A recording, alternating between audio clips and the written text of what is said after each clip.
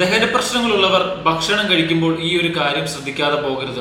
എന്ത് ഭക്ഷണം കഴിച്ചാലും നിങ്ങൾ ആദ്യം അത് ചിന്തിക്കേണ്ടത് ഇത് നിങ്ങളുടെ വയറിന് നല്ലതാണോ എന്നാണ്.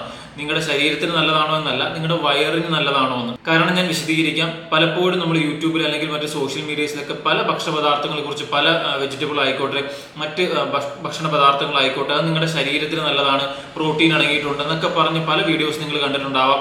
ഓക്കെ, അതൊക്കെ ശരീരത്തിന് നല്ലതാണ്. പക്ഷെ അത് വയറിന് നല്ലതാണോ എന്ന് നമ്മൾ പരിശോധിക്കേണ്ടിയിരിക്കുന്നു. ഉദാഹരണത്തിന് കടല, പരിപ്പ്, കിഴങ്ങിലൊക്കെ നല്ല രീതിയിൽ പ്രോട്ടീൻ ഉണ്ട്. നമ്മുടെ ശരീരത്തിൽ പ്രോട്ടീൻ ആവശ്യം തന്നെയാണ്. പക്ഷേ വയറിന് ദഹന പ്രശ്നങ്ങൾ ഉള്ളപ്പോൾ ആ സമയത്ത് ഇങ്ങനെയുള്ള ഭക്ഷണങ്ങൾ കഴിക്കാൻ പാടില്ല. അതുകൊണ്ട് തന്നെ ദഹന പ്രശ്നങ്ങളുള്ളവർ എന്ത് കഴിച്ചാലും ആദ്യം നോക്കേണ്ടത് അത് അവരുടെ വയറിന് നല്ലതാണോ എന്ന് നോക്കുക. എന്നിട്ട് മാത്രം അത് കഴിക്കാനായിട്ട് ശ്രമിക്കുക. കാരണം ഞാൻ നേരത്തെ പറഞ്ഞതുപോലെ ശരീരത്തിന് നല്ലതാണെന്ന് പറഞ്ഞ് കഴിക്കുന്ന ഭക്ഷണങ്ങളൊക്കെ നമ്മൾ കഴിച്ചിട്ട് ശരിയായ രീതിയിൽ ഭക്ഷണം ദഹിക്കുന്നില്ലെങ്കിൽ ഈ പറയുന്ന ഗുണം ഒന്നും നമുക്ക് കിട്ടത്തില്ല. അതുകൊണ്ട് തന്നെ ദഹന പ്രശ്നം ഉണ്ടെങ്കിൽ ആദ്യം നമ്മുടെ ദഹനിക്കാൻ എളുപ്പമുള്ള ഭക്ഷണ പദാർത്ഥങ്ങൾ കഴിക്കുക. അതല്ലാണ്ട് ദഹനം ബുദ്ധിമുട്ടുണ്ടാക്കുന്ന ഭക്ഷണങ്ങൾ ശരീരത്തിന് നല്ലതാണല്ലോ എന്ന് പറഞ്ഞ് കഴിച്ച് വയറ് പിന്നെയും കേടാക്കുകയാണെങ്കിൽ പിന്നെയും നമുക്ക് ബുദ്ധിമുട്ടുകൾ, പ്രയാസങ്ങൾ കൂടാനായിട്ടുള്ള സാധ്യതകളേ ഉള്ളൂ.